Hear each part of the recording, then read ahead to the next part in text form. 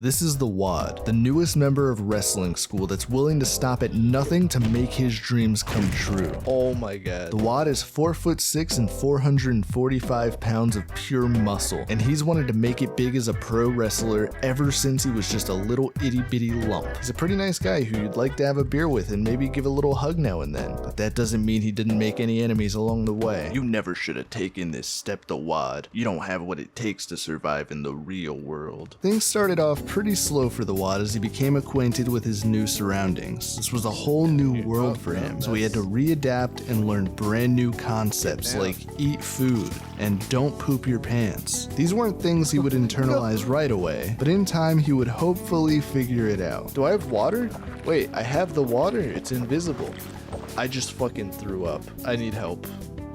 I'm in big trouble. I'm in big trouble. Oh my god. There were far more pressing matters to take care of before he could concern himself with such time-consuming tasks as potty training, though. He was a wrestler now, and if there's one thing wrestlers are known for, it's wrestling. His first ever match was against the Blonde Blunder, who walked into the ring with a very menacing bat wrapped in barbed wire. Guys, please go easy on me. I threw up before the match. Oh, wow. Bastard. No, you're not allowed to take that into the ring. Ref.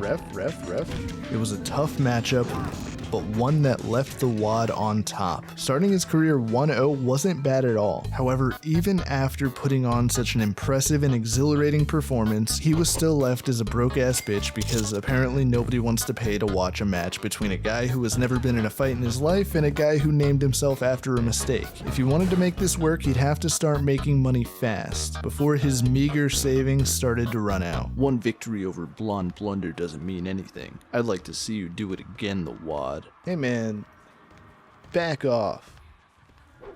It doesn't help that all of the delectable goodies scattered on the ground cost money for some reason. For now though, he needed to bide his time, get some rest at the hospital, and hope his tummy recovered. Alright, let me get out of bed. What the fuck? Were you sleeping with me?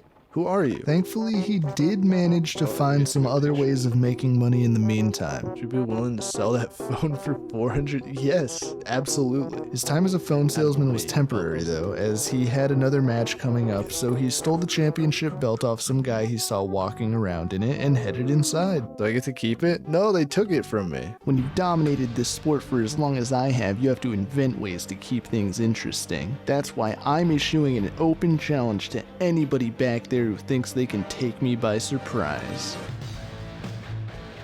Doug?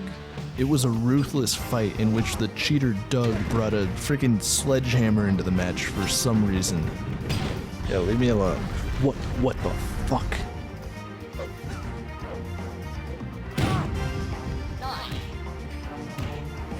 And just like that, the WAD secured his second victory, maintaining his win streak and proving once and for all that size doesn't matter. But he was still broke.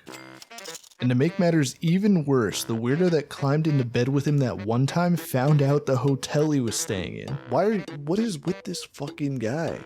Why is he in my hotel room? Have you ever heard of a wrestler called Jigsaw Jeremy from All American Wrestling? What the fuck? Why'd they change my whole outfit? No, I don't want to imitate Jigsaw Jeremy. After being bullied and harassed at every turn, the WAD decided to head out for a nice calming drink before his match, only to immediately get attacked again. Conference start. What the I'm being attacked. You can't go out for a friendly night drinking. You get attacked for no good goddamn reason. It was time for his first press conference. An opportunity to show people who he really was and to size up his opponent. An opponent who you might recognize. I can't believe I have to sit here on my time talking about an empty-headed dumb fuck like the WAD. It's very rude. I'm in my prime, whereas Matt Black is past it. This is the end of the road for him.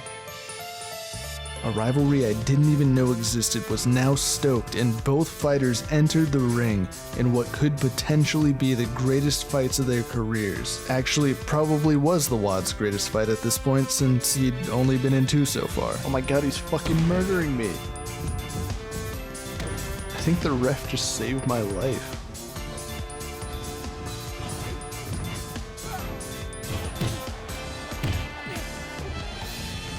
Did I just bite him in the dick? Is that what just happened right there? Oh my god, he's so tall. He's just standing over me. Ah.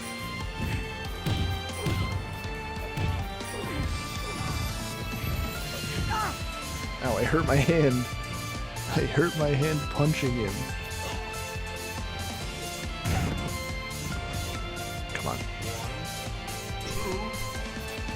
The Wad wins again, undefeated, baby. 3 fights, 3 wins. The Wad was on top of the world, beating his rival and extending his win streak. The Blonde Blunder was even waiting outside the arena to congratulate him. Things felt like they just couldn't get any better. Why is everybody sleeping in my fucking bed? It's Rupert again, and he brought someone else. Wait, I gotta go to the bathroom? Where's the bathroom? I don't know where that is. Get Rupert. You need to stop shaking my hand right now. Sorry if I'm staring at you, but I've never seen somebody go to the toilet while fully clothed. Did I just... Oh my god. After yet another bathroom mishap, it was time for a rematch with his new rival, Matt Black.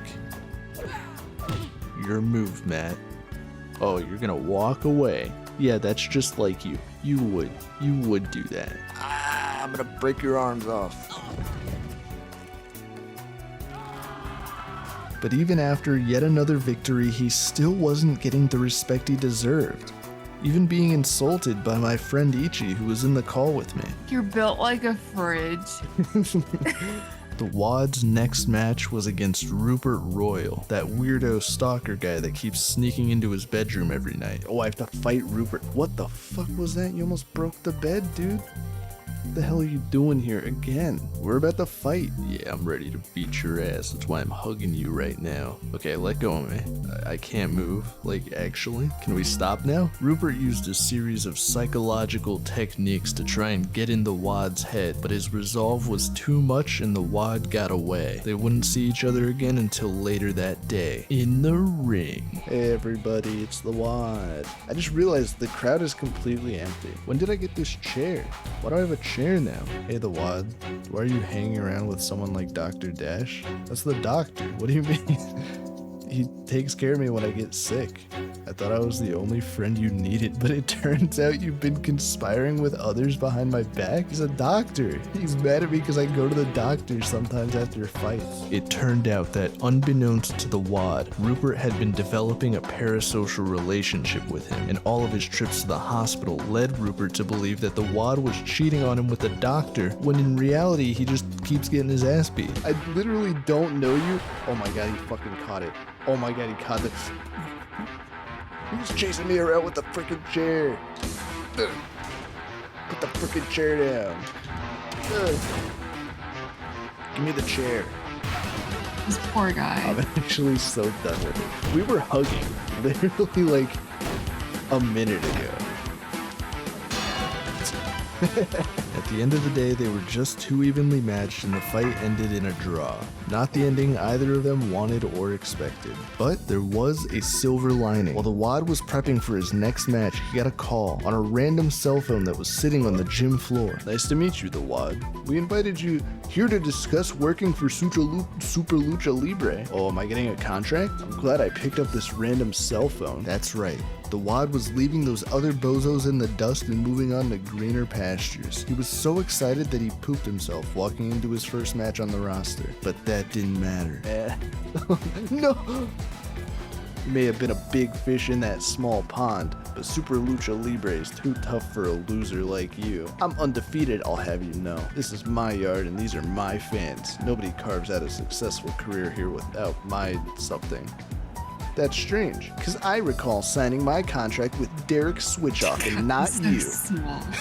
She's literally got 0 health. I'm gonna beat her ass.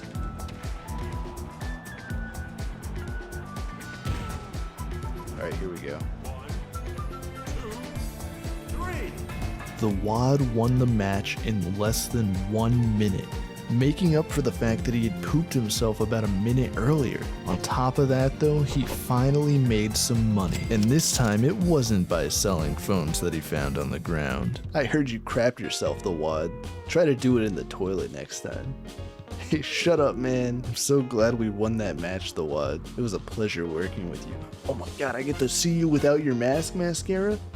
This is so freaking cool. Hey, the Wad, aren't you tired of pouring your energy into working out for such small gains? For just $200, I could hook you up with some steroids. Absolutely. No, of course the Wad wouldn't do steroids. He's just a little guy, just a little goofy guy. He doesn't need steroids. The Wad's association with Dr. Stainton has a negative effect on his attitude. They're like, oh my god, that's the steroids, doctor. Wipe that smile off your face, the Wad. Tell us why you're in such high spirits. Everybody knows you've been busy backstage trying to gain an unfair advantage over me. Don't try to bring me down just because I know how to look after myself and you don't, Amila Tequila. The Wad was openly confronted with the accusation that he had used steroids. This meant war, but not like in a defensive way because he didn't do any steroids, obviously. It's just an accusation. He's totally natural. He's actually on the Liver King diet. I don't know if you've heard of it. 1, 2, Come on. 3. That's right. With Amila Tequila out of the way, there was only one opponent left to take down. Neither Lacey nor the Wad showing any signs of slowing down. Victory was all but assured in the end. 3. Look at my fucking dumbass play it on his phone. You got little dingle dangles. Alright, man. What are you doing out this late, duh? You should probably get a good night's sleep. Oh yeah, I would try if you weren't fucking in my bed. There we go. Listen, the Wad. I've been keeping an eye on your progress, and I think some changes need to be made. You're not talented enough to give fans the technical wrestling that they pay to see. Get your skill up to 74 by the 3rd week of March, or we'll have to find a different line of work. I'm fired? What the hell, man?